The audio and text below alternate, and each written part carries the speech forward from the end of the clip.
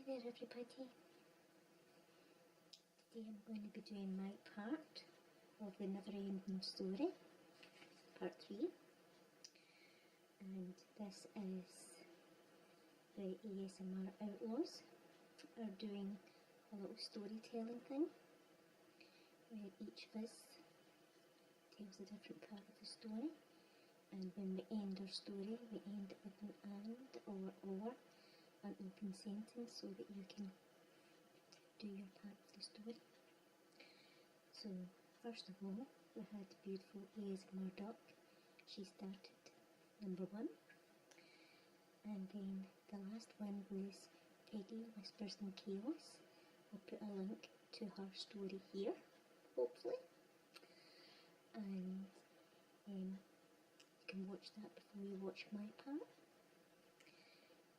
I really hope that my part's okay, because the first 2 parts have been really good. So unlike ASMR Duck and Peggy, I need my notes, I'm sorry. I've wrote down my story, I wouldn't be able to remember it. I think it's old age. So I'll tell you my part of the story. This is the Never Ending Story, part 3. And she finds herself falling in love with the handsome outlaw. In the meantime, back at the Lord's house, the Lord realised that the coach had been snatched, and he became in such a rage. He didn't like people to cross him, and especially now that he had feelings for the tailor's daughter. He would stop at nothing to get her back, and he would use whatever force necessary to achieve that. He called a gathering and invited all the rough and tough men and women from the village to attend. He promised them a chest of gold for whoever killed the gang of bandits and delivered the tailor's daughter back to him. He even called on the old lady that everyone knew to be a witch. He sought her advice, and he asked her to look into the future. The old lady looked up at him, and she said in a crackling voice, "My lord, if you go down this path, I see troubles for you.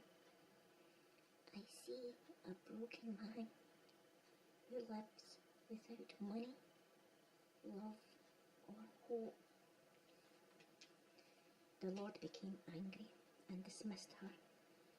There was no stopping him now. He decided to get on his horse and search for her himself. Meanwhile, back at the bandit's hide, the tailor's daughter and the kind bandit were planning a way to escape. The nice bandit swept a piece of hair from the tailor's daughter's eyes, and he said to her, "Please call me Cyrus." Cyrus, my parents named me after the brightest star in the sky. The tailor's daughter liked him even more now. She often gazed up at the night sky and looked at the stars. "Cyrus, how can we escape?" she said. Cyrus replied, "We will wait till dawn. We will wait until the bandits come back from their nightly rob. Once they are asleep, we can sneak out and head for the town that is over the biggest hill." There was a big hill in the distance. "I have some gold coins," he said, "and I can buy a horse and get you home safely." "Oh, thank you, Cyrus," she said, and the two stared into each other's eyes. The tailor's daughter's heart was pounding so hard and fast that she thought Cyrus would be able to see it over her lovely gown. She had never felt like this before. 2 miles away, the Lord was riding his horse when suddenly he noticed some markings in the mud. It was the markings of the coach.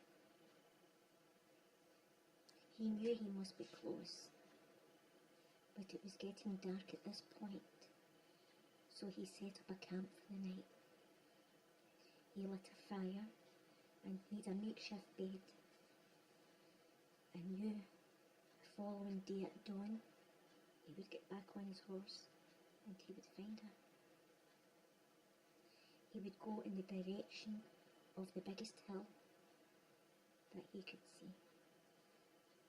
He would wait till daybreak. Back at the bandits' hide, the bandits came home noisily, whooping and cheering, slapping each other on the back, and sharing their treasures. They had bottles of booze, fine jewels, fabrics, gold coins, as well as other unique items. Cyrus at this point had to play along with the bandits and pretend he was still very much one of them. He went over and said, slapping one on the back, "Excellent haul." He grabbed a bottle of booze and cracked it open. The meanest bandit of all said to him, "Have you had any bother from the princess over there?" And he pointed in the direction of the tailor's daughter. No problem at all," Cyrus said. He changed the subject quickly by giving a toast to all the bandits and gave out more bottles of booze. "Here's to all of us," he said. The rest of the bandits cheered, clanked their bottles of booze together.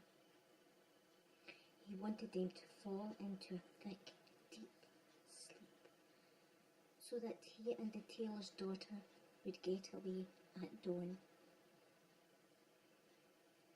Pretty soon, all the bandits were out cold, snoring, drooling, scratching their bums in their sleep.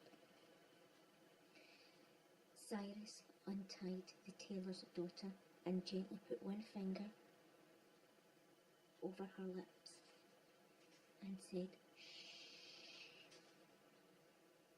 The tailor's daughter took his hand and the two tiptoed out of the bandit's hide. The tailor's daughter was so frightened that one of them would wake up, and she gripped Cyrus's hand so tightly. As they got to the entrance of the hide, one of the bandits woke up and grabbed the tailor's daughter's leg and said, "Going somewhere, princess?" Cyrus quickly stood on the bandit's hand, and the bandit let go of the tailor's daughter's leg. During the commotion, the other bandits were starting to stir, and Cyrus stared at the tailor's daughter and said, "Run, run,